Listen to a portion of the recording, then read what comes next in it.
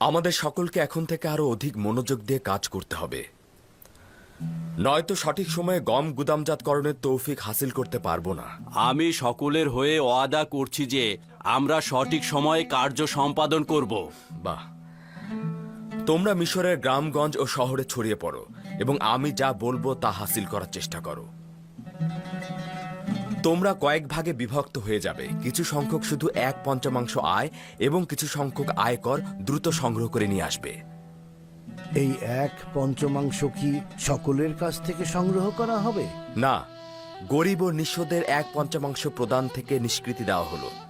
আরেকটি বিষয় হলো শহরে কতটি পরিবার বসবাস করে এবং তাদের সদস্য সংখ্যা এবং যাদেরকে ভরণ পোষণ দিতে হবে তাদের সংখ্যা। এই সংখ্যাগুলো অবশ্যই স্পষ্টভাবে জানতে হবে। শহরের কারিগর, মজুর ও শিল্প শ্রমিকের সংখ্যা অবশ্যই জানতে হবে। একই সাথে ধনী